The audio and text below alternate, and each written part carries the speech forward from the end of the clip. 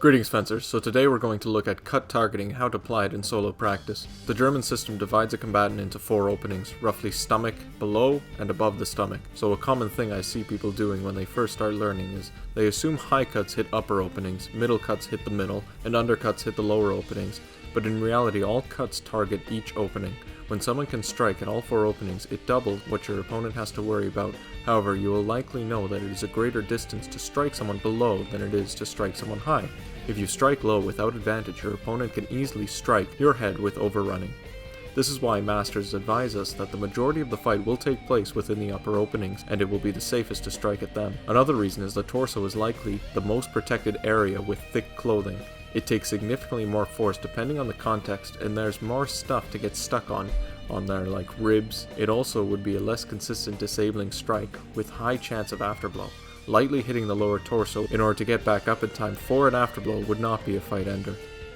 Let's look at this example of me unsafely cutting the leg. This is a very large target and I only have at most 3 inches making contact. This would not cut the leg off and also not disable the leg. The important tendons, muscles, and veins are further back.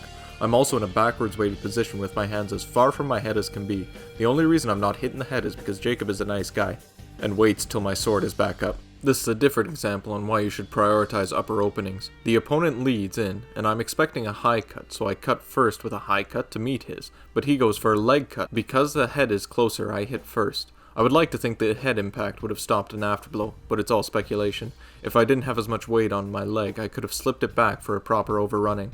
I actually am already starting a second cut when his cut finally lands.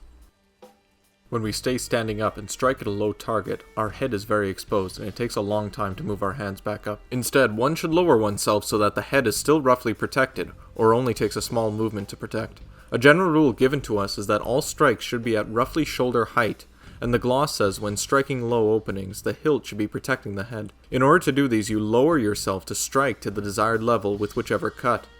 But leaning over is not the best idea. It makes it harder to get the hands above the head and harder to retreat and more off balance. Squatting or bending the knees is the most effective way to cut to different openings. You maintain all advantages. Practice adding levels and using different cuts in order to safely strike different openings. Thanks for watching, keep studying, keep practicing.